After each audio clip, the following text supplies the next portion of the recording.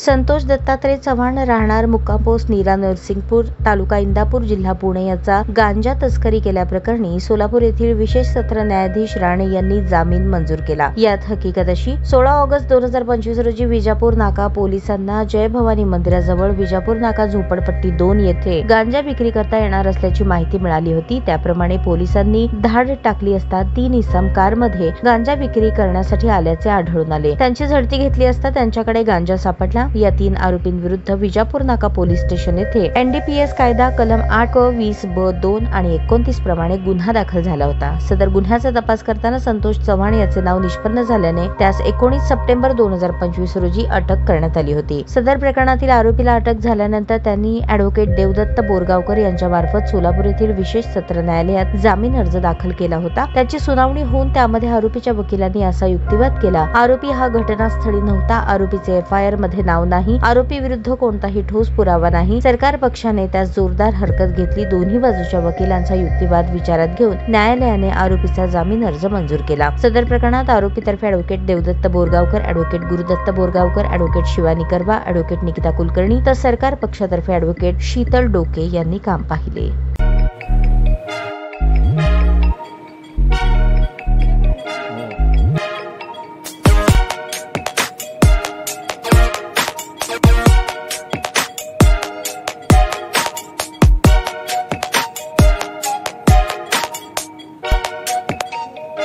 सोलापूर शहरातील सुप्रसिद्ध हॉस्पिटल म्हणजे सेंट्रल मल्टी स्पेशालिटी हॉस्पिटल मागील अनेक वर्षापासून सेवा बजावत आहे। 24 तास इमर्जन्सी सर्व्हिस, मॉडर्न टेक्नॉलॉजी, अनुभवी डॉक्टर्स तसेच अत्याधुनिक तंत्रज्ञान सुविधांनी सुसज्ज स्त्रीरोग प्रसूती विभाग, ऑर्थोपेडिक विभाग, मेडिकल विभाग आणि इतर एकमेव नाव म्हणजे सेंट्रल मल्टी स्पेशालिटी हॉस्पिटल।